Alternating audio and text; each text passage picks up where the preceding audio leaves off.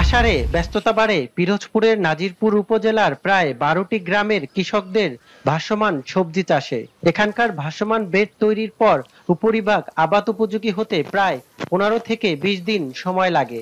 এরপর ২০ থেকে ২৫ দিনের মধ্যে চারা গজায়। ভাসমান এই বেডে মৌসুম ভেদে বীজতলার কোনোটায় পেঁপে, লাউ, কুমড়া সহ বিভিন্ন জাতের শাকসবজির চারা উৎপাদন হয়। উৎপাদিত এসব সবজি ও চারা নিয়ে বৈঠাকাটার ঐতিহ্যবাহী ভাসমান সবজির হাট বসে ছোট ছোট ডিঙি নৌকায়। তবে সম্ভাবনাময় এই কৃষিক্ষেত্রে কোনো সরকারি সহযোগিতা না পাবার অভিযোগ স্থানীয় কৃষকদের। ভাসমান পদ্ধতিতে সবজি চাষে কৃষকদের পাশাপাশি শ্রম দেন কৃষানীরাও। তাদের হাতে নিখুঁতভাবে তৈরি হয় এক একটি বীজতলা।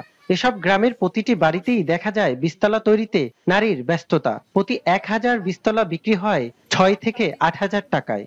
হেনা দিয়ে আর ওই বোন দিয়ে মেড়া তৈরি করি করে হেপর বীজ দিতে ঢুকাই হেপর বীজটা জ্বালায় হেপর দলে গাপে নিয়ে থই থইলে পর বড় হয় হেপর বিক্রি করে। ৮ টাকা করলে ৮,০০০ টাকা, ১০ টাকা করলে ১০,০০০, গেছে বার তো ১২-১৩ টাকা বেচছে ১৩,০০০। ব্যাপারীরা আসে, তারা এসে আমাদের এখান থেকেই পাইকারি নিয়ে যায়, নিয়ে তারা খুচরা বিক্রি করে, তাহলে তারাও বাঁচতে পারে, আমাদেরও ভালো হয়। তবে কৃষি সম্প্রসারণ অধিদপ্তর বলছে তাদের পরামর্শে ভাসমান বেড পদ্ধতিতে চাষাবাদে ভালো ফল পাচ্ছেন চাষিরা। কৃষকদের পাশে থেকে সার্বক্ষণিক সহযোগিতা করা হচ্ছে বলে দাবি কৃষি কর্মকর্তাদের। তারা কাজ করতেছে জৈব কৃষি নিয়ে, কচুরিপানাটা পচে জৈব সার হচ্ছে, তাতে সারের ইউজ কম, কিন্তু তার উপরে কীটনাশক ব্যবহার করতেছে, তার মানে কি জৈব কৃষি করতে পারছে না। তো আমরা তাদেরকে উৎসাহিত করছি জৈব কৃষি করতে। ভাসমান বেডে মশলা এবং সবজি চাষকে জনপ্রিয় করার লক্ষ্যে কৃষি বিভাগ কৃষকদেরকে কারিগরি সহায়তা, প্রশিক্ষণ, মাঠ দিবস, উঠান বৈঠকের মাধ্যমে আরও উদ্বুদ্ধ করছে এবং এর সম্প্রসারণের কাজ করে যাচ্ছে। বিলঞ্চলে ভাসমান বেডে উৎপাদিত সবজির চারা দেশের চাহিদার বড় অংশ মিটিয়ে থাকে নাজিরপুরের কৃষকরা।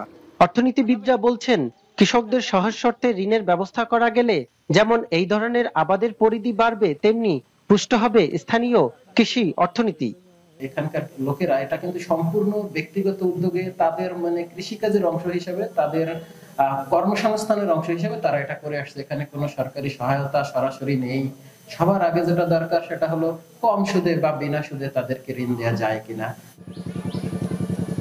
জেলা কৃষি সম্প্রসারণ অধিদপ্তরের তথ্য মতে পিরোজপুর জেলার নাজিরপুর ও স্বরূপকাঠিতে এবছর ৩০৮ হেক্টর জমিতে ভাসমান পদ্ধতিতে সবজি চারা চাষ করা হচ্ছে, যা থেকে ফলন হতে পারে ৫,৫০০ টন শাকসবজি, যার বাজার মূল্য ধরা হয়েছে প্রায় ২৫ কোটি টাকা। ইমন চৌধুরী, এখন, পিরোজপুর।